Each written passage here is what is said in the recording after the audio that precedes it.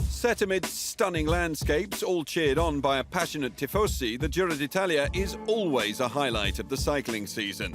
With a pair of former winners of Vuelta a España champion and two of the hottest Grand Tour talents setting their sights on the iconic pink jersey, some have even started to wonder if the 102nd edition could be the best yet. I can sense a lot of anticipation for this Giro d'Italia because I think it's got a better field than the Tour de France. Most of the star stage races in the world are riding the Giro, and not only are they riding the Giro, but they are making the Giro their main target of the year. This year's parkour, you can't get away from the fact that, you know, at the start, the middle and an end, there are time trials which are quite complicated in their kind of shape and route, which are going to have a huge impact on the overall outcome of the race.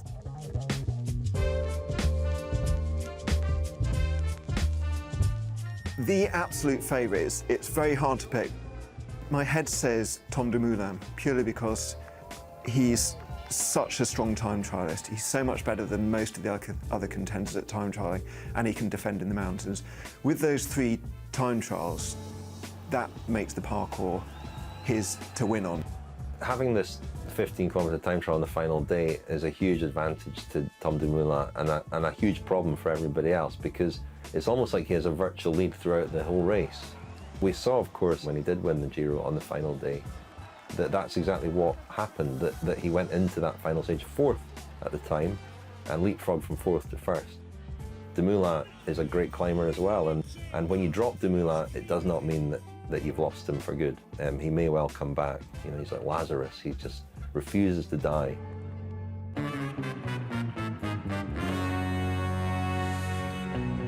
Vincenzo Nibali he's the Grand Tour racer's Grand Tour racer, and he can't be written off. In 2016, most people thought he was past it, that he would never win another Grand Tour, and he won it in the most spectacular comeback you could possibly imagine. He is probably the most tenacious and crafty rider among all the contenders. His age is catching up with him a little bit. He doesn't look quite so sharp, and I think there are questions about his team and about his future on the team. So I don't get the sense that maybe we've got the same Nibali as we had in 2016. Maybe the stage 15, which is based around Como and the Giro di Lombardia, he will look at that stage, which doesn't have high mountains, but he will see that as an absolute prime opportunity to try and win the Giro.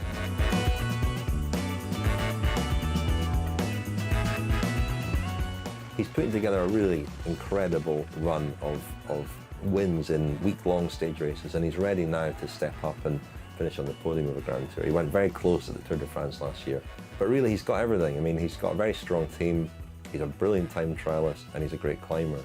So, you know, it's hard because you can find yourself talking about Tom Dumoulin and saying, well, he's clearly the favourite, but then you look at him against Roglic and you think, well, where's Roglic going to lose time to Dumoulin?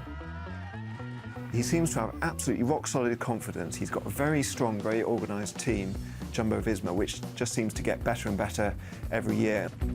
He's controlled, he's strong, he won't be frightened by the parkour, and he's still improving. If he makes another improvement from last year, then he becomes not just a podium favourite, but an out-and-out pink jersey favourite.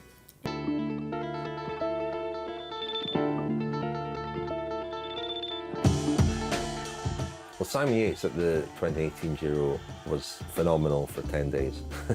A bit more than 10 days, but he made too many efforts in the first sort of 10 days. And he also then went too deep, perhaps, in the time trial itself to try and hold on to that pink jersey, and he really paid the price for that in the final few days of the race. We saw what he learned from the Giro at the Vuelta, where he rode a far more measured 3 weeks and you know, took the jersey at the best moment towards the end of the race. He's not got the strongest time trial. He can time trial okay, and he says himself he time trials very well for a guy of his size and power, but he will concede time, most likely, on those 3 time trial stages.